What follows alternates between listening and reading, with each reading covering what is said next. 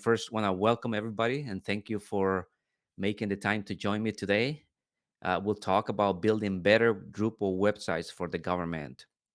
I am a developer myself and I build websites. I actually worked for the federal government for 15 years and I am delighted to be here. I build many websites for the government, anything from public facing websites to intranets and anything in between. We've used Drupal, we've used decoupled Drupal with React and Gatsby. So, any questions you may have, I'll be happy to help you out with those.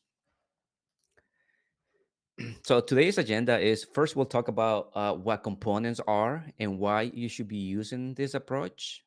Then, we'll talk about the advantages of building websites with components versus the traditional top to bottom approach, and then we'll go into about when you should start having discussions about components in a project and who should be involved in those discussions. We'll share some resources to learn more about the components, and if time permits, we'll go through some questions if you have any questions. So please feel free to post those in the chat. My name is Mario Hernandez, and I am the head of learning at Media Current, and I live in Los Angeles. So it was kind of early for me today to get up and get ready for this, but I am very happy to be able to do this for everyone. So I really appreciate you being here. As I said before, I have over 15 years of Drupal experience. I worked primarily as a front end developer. I am a trainer, speaker, and writer, and I really enjoy helping others, level up their skills and learn more about Drupal. I place myself in people's shoes, and I remember when I was getting started and how difficult that was. So I try to make things easier for people that are just getting started or are planning to level up their skills. The main purpose for showing the brands that you see here, these are the brands that I worked on. And the one thing that they all have in common is that each of these projects that I worked on have been built with components. So it's important to note that not every project that I worked on is the Drupal project, but the one common thing that they all have is that they all work with components. In fact, many, if not all, of the front end frameworks such as React, Angular, Vue.js, and others, all of them come with component base out of the box, meaning that they are ready for component and they work with component exclusively. So the concept or the topic of components is not a Drupal specific thing. It's something that you can apply to any platform that you work with, whether it's .NET, Java, anything in between PHP, Drupal, React, Gatsby, anything in between. So keep that in mind that this is not a Drupal specific technology or approach. This is a global technology or approach you can use on your projects. Very quickly, let me tell you about Media Current, the agency that I work for. We are the open source expansion partner, and we help organizations that want to elevate and advance their open source digital experience. How do we do it? Well, by aligning with our partners' business goals and needs to solve them with open source technologies. In my role as a front end developer and head of learning at Media Current, my passion is to understand people and create experiences that connect them to authentic and creative ways. So please, we're always looking for new talent. We're always hiring. So if you are looking for a new opportunity, please take a look at our careers page and hopefully you'll find a position that fits your needs. Our mission is pretty simple. We assemble one of the most talented members in our community and Drupal community to bring world-class solutions to the web. And so we are frequently ranked top 10 worldwide when it comes to Drupal contributions. We are very passionate about contributing and giving back to the community. This presentation is another example of us giving back, but you can also find a lot of resources on our website and YouTube helpful videos that you can learn from. So I encourage you to really look into what we do and who we are. So what are components? Components can be defined in different ways, but in the context of developing a Drupal website or any website for that matter, at a high level, components are a collection of reusable patterns to help you build pages. We'll dive deeper into components shortly, but I think components, I like you to think of as components as building blocks for building fluid, flexible pages for your website. Components and patterns can be used interchangeably. We typically use the word components. A lot of people use the word patterns, but they pretty much mean the same thing. So let's take a look at a couple components examples so that we can kind of start getting the idea of what we're talking about here. So a button component, as the one you see here, is a pattern that is widely used on most websites. With a component approach, not only you can have the predefined styles for a button, but you can have a series of button variations, as in most websites will use multiple types of buttons, right? So it is a way for your design system, whether it's Pattern Lab, Storybook, and any other design system that allow you to quickly create variations of your components so that these components can be used throughout your website. The next example is a card. A card component is another popular example that you will find in most websites. This is in the context of atomic design, which we'll talk in just a minute about it. It's considered a molecule because it combines several smaller components such as image, a label, and a title. The beauty of this and all other components is that you build them once and then you can use them as many times as needed without having to build them again. So we'll see some examples of that shortly. Uh, Here's another component example. This is a selectable category of for content, right? As you press each option, you will see different content being filtered below it, and we'll see that in more context in just a moment.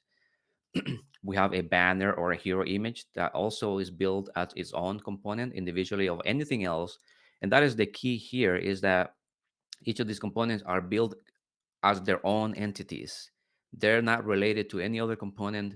They're not depending on where in the page they appear or where, along with other components, you are using them. They are their own thing, meaning that they will act, behave, and look the same way regardless of where you place them. But combine it together, you can actually build something like this. And now with all of those components in place, we can build a full section of website like what you see here. But each individual component can be combined into a beautiful interface for your website. As you can see, we build one instance of a card component. And in this example here, we are using it multiple times, but we only build it once. And we don't have to keep repeating ourselves to build these things over and over. We just do it once, and now it's available to us to be able to use as much as we wish. And here's another example. Right here is a less busy example of another section of your website. The beauty of this is that with a series of components at your disposal, you can build endless and unique user experiences, where even though you may be using some of the similar components on the same interfaces, they look different because you may reposition things differently. So I mentioned atomic design just a moment ago, and let me go and talk to you quickly about what atomic design means. Atomic design is a methodology composed of five distinct stages working together to create interfaces, design systems in a more deliberate and hierarchical manner. The five stages of atomic design are atoms. So these are the smallest pieces possible, such as a button, an image, or a title, right? These are the things that rather than building a full page for your website, you're actually breaking it down into smaller pieces and building those pieces individually. Then we have molecules. Molecules are a combination of atoms, such as the car component that we just saw, right? It combines an image, a label, and a title. So that makes it a molecule. Organisms, as you can imagine, are a combination of molecules, such as the full section that we just saw. We saw those two large sections with different combination of components that can be considered an organism because they combine multiple molecules. And then templates, in the context of Drupal, you can imagine templates being more like regions of your pages where you can drop in any type of content or components into those regions. And finally, pages is the ultimate goal of building a website, right? This combine all types of components to build unique and flexible pages. So that is in a high level overview what atomic design is, but I encourage you to read the book. There is a book that you can read online for free about atomic design, which explains these concepts in more detail. You can also buy a very cheap, I think, paperback copy of the same book online if you can look for it. So that is kind of what atomic design is all about. Let's talk about some advantages of components. We've by now we should start seeing some of the benefits of components. So we already touched on some of the advantages they offer, but let's take a closer look to see what other benefits we can expect from the components and component-based development. There are a lot of them, right? A lot of advantages, and I don't have the time to discuss them all, but I like to point out um, some of the ones that stand out for me. Having worked with components for over 5 years, I can tell you that by far one of the biggest advantage of component is reusability. So as I mentioned before, this is one of the most popular benefits of components. uh, Build something once and reuse it as many times as needed. By doing this, not only you are writing less code, but you are eliminating duplicate code, right? Because rather than having to duplicate the same card that you're using on different pages every time you use it, you're reusing the card that you already built once, and you're just mainly referencing it. And so you're not duplicating code, you're writing less code and more efficient code. The next advantage that I find very useful is semantic markup. And this is a big one for me. I am a lover of good and semantic markup. The right HTML on a page is what I really look forward to being able to achieve on every project. So Drupal is not known for producing semantic markup. As a developer, being able to write semantic and accessible markup makes all the difference. Having the proper markup not only makes our job easier as developers, but we are able to produce a better user experience and improve SEO and accessibility. It's really, really, really great to be able to do this. The next advantage is faster development, right? Traditionally, if you work on a Drupal website and if you are, for example, a front end developer, or even a back end developer, typically before the front end development can begin, the back end development needs to be done. This sometimes can delay the project, but with the component based approach, front end development can be done even ahead of back end development. In fact, in most cases, this is even recommended. Since all the work on component has been done outside of Drupal, we can make great progress on a project by not having to wait for back end development to be done. Is really a game changer for us. The other advantage that I can see that is very important is improved team collaboration. As you will see in just a moment, components allow teams to collaborate more efficiently. This approach provides opportunities for teams to write scalable code and make your project more flexible. So it's definitely a great, great advantage to have with components. And finally, a living style guide. And this is what really people love the most, especially your stakeholders will love this the most. Having a one-stop destination for all your markup styles and JavaScript is pretty powerful. For stakeholders, the style guide provides a front row seat to the project's progress. You can present a prototype to your stakeholders before you even start any work on Drupal. You can do all the prototyping on a living style guide. And in many cases, the style guide can be served as quality assurance testing tool, which can drastically increase production as teams are not waiting for Drupal backend to be finished before they can start testing. So it's definitely a great tool to have available to you. You can, before you present or build anything in Drupal and spend time and effort building something in Drupal, you can present something to your stakeholders and say, here's what I think this page will look like, or here are the components we can use on this page. And they'll be able to approve it, review it, make revisions, and you can modify it on the style guide before you even touch Drupal. So it's definitely a great way to not spend time building something that may not be useful or not approved. Rather than spending the time and effort, you do it on the front end through a style guide, and then once that has been approved, then you can dive into Drupal and build it, knowing that the what you're building has already been approved and it meets all the standards and best practices.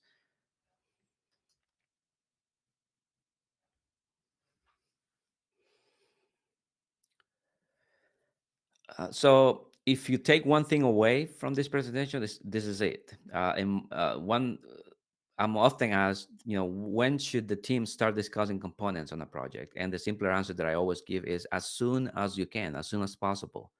So here we have a quick timeline of what a typical, right? We've summarized it here, but what a typical workflow looks like for building a website, right? So this timeline visualizes the different stages of a project, but in the context of this presentation, it also outlines the stages your team should be discussing components. There's a misconception that components discussions should start when it's time to start developing, right? At the development phase. But waiting until development starts to bring components into the discussions may be a little too late. So let's take a closer look at each of these phases in this timeline. Right. In our experience, we've been building Drupal and non-Drupal websites with components for over 5 years. The discover phase of a project is the first time our team gets together with our stakeholders to conduct a series of meetings, whether they're online meetings nowadays or in-person meetings. And the purpose of these meetings is to gather requirements and refine the goals of the project. The topic of components is introduced as soon as possible in these discussions. In some cases, the stakeholders have already decided to use the component-based approach, which makes discovery process much more productive. So who's typically part of this series of meetings? Well, typically we will see product owners, product managers, project leads, architects, designers, developers, digital strategists, right? So it is important that all these people are part of these discussions because this is how we're going to be able to much better refine the goals of the project and start these discussions about components where everybody is on the same page that components is the approach to take for the project. Then we start with the wireframe phase, which is a critical and creative process that in most cases goes through a series of iterations. This is the first chance the creative team gets to visualizing the ideas discussed during discovery. If your designers are not involved in those discussions, then the wireframe process could suffer greatly. Wireframes are the blueprint of the project, and your creative team deserves to have full context of what is being built. So don't exclude designers or your creative team from the discovery phase because you will be doing a disservice to them not having those i- discussions early on, not having the context of the project to start building the wireframes or design, which is the next phase. We have found that designers to be more productive, not only when working with components, but designing web interfaces in general, they need to have good understanding of semantic markup, responsive design, and basics of CSS. So if they lack these skills, they can put the project at risk of ending up with a product that does not meet standards or best practices. So it's important that they know these basics technologies. Ideally, the same creative team doing designs is the one doing the wireframes. It's never too early to ensure your design assets are built with the standards in mind. If your creative team has never designed for the web, it's critical that they are trained on how to do this. Designing for print does not mean that the designer can do for the web because the web is a fluid and flexible medium, whereas print is more static, right? So now with mobile designs and a series of different devices, we want to make sure that our designs, our websites adapt to these devices regardless of the size. The style guide, this is the component building phase, and this is yet another critical phase in the process. This phase can make or break your project. Here's where it pays off to have your designers and developers be part of the component discussions from the beginning. Any issues related to HTML, CSS, or JavaScript should have been cut in the early discussions and through the wireframe design iteration process. A front-end developer can pretty much build anything a designer puts in front of him or her, but that doesn't mean that he or she should, right? I think a front-end developer or anyone building the components in the style guide has the responsibility to push back and raise flags on anything that could potentially jeopardize accessibility, SEO, responsive web design, or user experience, among other things. Typically, when the components are ready to be built in this style guide, That usually means that someone with authority has already approved them. And this makes it more difficult for developers to push back, which means developers are left with no choice but to make it work, even if it's done in not the right way. So addressing issues early on is not only preferred, but it's more cost effective and ultimately allow you to build a better product. So this is why it's so important to have your designers and developers on those early discussions, because that's where some of the issues may be caught before they become things that are a little too late to address later on. Because once a design or wireframe has been approved by your stakeholders, it's going to be a little bit challenging to say, no, I'm sorry, we changed our mind, we can't do that, we're going to have to do something else. That's going to be a very uncomfortable discussion to have. So it's better to have these discussions as you are going through the iteration process of the wireframes and designs, and then you'll end up with a much better product at the end. And finally, the theming is the process of marrying the components you build in the front end with Drupal. In this phase, there shouldn't be any surprises as long as developers integrating the components have a solid understanding of how Drupal works. Developers should be well versed with the Drupal way of doing things, right? How to handle render arrays, how to override Drupal templates, and handle Drupal caching, among other things. They should know when to use and when not to use components. Be very familiar with the project's architecture, as this will be critical when integrating components with Drupal. So, to summarize, discussions about components should start as early as discovery and should include the designers and developers. This will help you catch potential issues early in the process and fix them relatively easy. Designers should have experience with semantic markup, responsive design, and accessibility. This will ensure your components meet web standards and facilitate a smooth development process. Your developers should raise flags when faced with issues that could negatively affect your website performance, SEO, or accessibility, as well as responsive design, because bad markup could potentially reach all these areas if we're not careful what we're building. Finally, your developers should have a good understanding of Drupal's practices, as this will be critical for a clean and proper component integration. So how do you get buy-in from, let's say, your boss or your stakeholders even, right? When you look at this as a developer or a strategist or a designer, you say, "Oh, this is great. I think this is definitely the way we should go." But how do you get buy-in? So component development is a complicated process to explain. So if you're experiencing resistance from your team, chances are they don't fully understand the benefits of the approach, because it can be a complicated. It's a mind shift of how you build websites in the past, and this is a paradigm shift that now requires you to do things slightly different. And it's not a change. It's not a change that only affects developers. It's a change that affects anyone involved in the project building.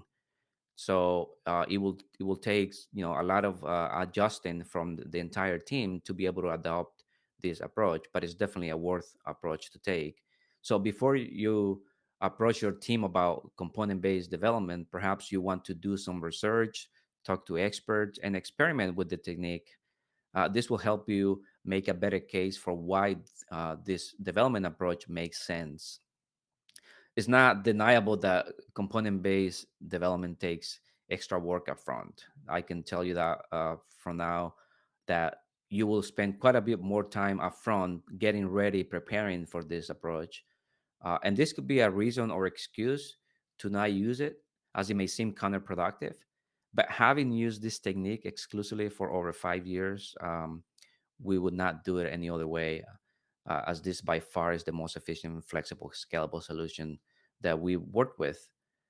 And but training on this process needs to happen at all levels. As I said before, everybody in the team will get affected by this new approach.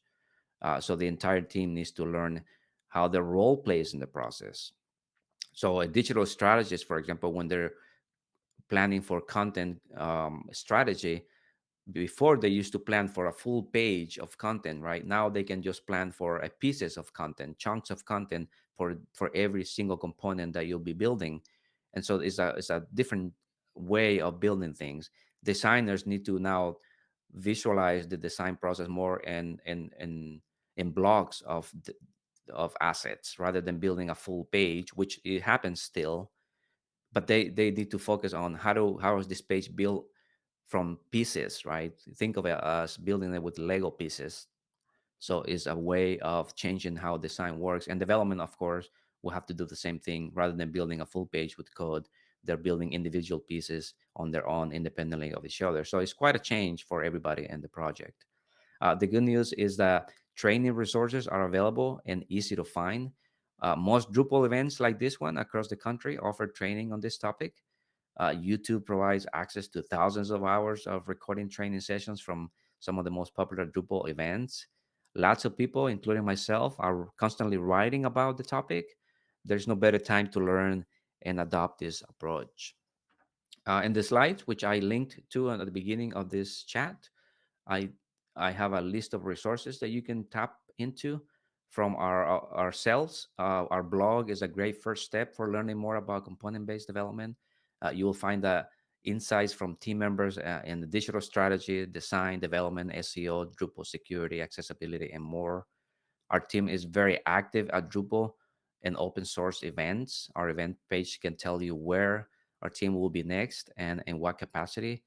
But since it's the end of almost the end of the year, our event page is not as busy. But be sure to check back, as you will see new events always pop up on our events page. And as I mentioned before, I co-host the Open Waters podcast. So we talk to industry leaders about open source and marketing. New episodes are released every month. This is another way to get insights from experts in the field about components and other related topics. And you can find us mediacurrent.com/podcast, and be sure to subscribe. We have a series of tools available for you, and you will find the links here in the slides. Our a theme generator is an automated tool that quickly creates a front-end environment or theme for your Drupal 8 and Drupal 9 themes, which already adopts component-based development approach out of the box. So when you use this tool that we have built, and this is the tool that we ourselves use for every Drupal project, it's called the theme generator. When you create a theme with this tool, your theme is already component based ready out of the box. You don't have to do anything else except start building components. And we have tutorials out there that can teach you how to use it and how to build components as well. It includes the latest technologies, this tool that we have, and that used in today's projects, such as Gulp for automated tasks, Pattern Lab, Node.js, npm, and many, many more. We also have I'm very busy working in an enterprise level Drupal install profile called Rain. You can learn more about it at mediacurrent.com/rain, which already comes with pre-built and integrated components out of the box that will allow you to have a head start on your project so that you don't have to build all those things that you build on every website at the beginning. You don't need to build those yourself. They will already be built for you, but it will give you the ability to expand and scale your project, but not having to spend too much time building those little things that most websites should have. And for designers, we have a great collection of icons you can use on your next print or web project. You may have seen some of this on the presentation here. And finally, our training program is exactly what you need to learn to become more proficient with components and related skills. We provide public training workshops. I recently did one for DrupalCon Atlanta and DrupalCon Asheville. And these are free training workshops that we do sometimes for half a day, sometimes full day. We are also doing workshops at DrupalCons. So be sure to check out again our event page where you can see where we're going to be next. So you can attend a full day workshop on various topics, including components, Gatsby, accessibility, and SEO. One thing that I like to promote is that we have a a couple of channels on our YouTube, a couple of playlists on our YouTube channels. One is called Learning Bits, where we have small videos for you to check out, videos about components or anything else in general, CSS, SAS, JavaScript. But we also have one specifically for components called Drupal Theming with Components, which is a series of over 20 videos that walk you from the beginning to the end on how to build a website using components. So I encourage you to check those playlists out, as they'll be extremely helpful to you. Um, and finally, we also specialize in custom training for your team. So if you are have a team that you want to be able to level up on components, we can put together. We conduct a quick skills and requirements assessment to put together a custom curriculum tailored to your team needs. Our training catalog includes components-based theming for designers and developers, accessibility for strategists, content editors, designers, and developers, as well as Gatsby for the couple Drupal projects, SEO, digital strategy, performance, and security, as well as general Drupal front-end training. So check us out, mediacurrent.com/training. And with that, I would like to thank you for your time and answer any questions you may have. But before that, we have a a new ebook that we have put together on component-based theming.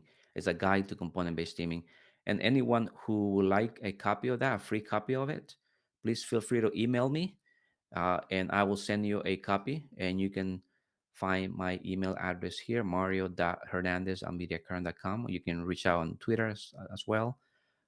And for any other training questions you may have, you can go to mediacurrent.com/training. So with that, I like to leave it and see if there are any questions I can answer for you about this topic.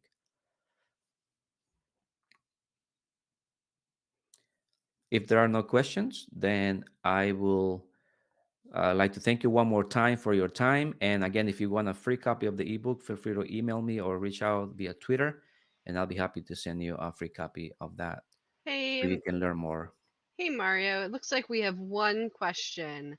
So it says, as far as building components in Drupal, paragraphs, views, blocks are pretty obvious examples of tools one would use. What are other methods for building components other than custom code? Well, there is really no way around custom code for building components because you still need to draft the markup, the HTML for the component, the CSS to style them, and if they use any type of interaction, you will need some JavaScript. So there's really no way around code. Now, there are tools that allow you to make the integration between your style guide and Drupal a lot easier. There's a couple of modules that are out there. One is UI patterns, and the other one is pattern kit, I believe it's called. And they both make the integration between the style guide and Drupal a lot easier. But as far as building the components, you will need to write code in order to make that happen. Thank you. Are there any more questions?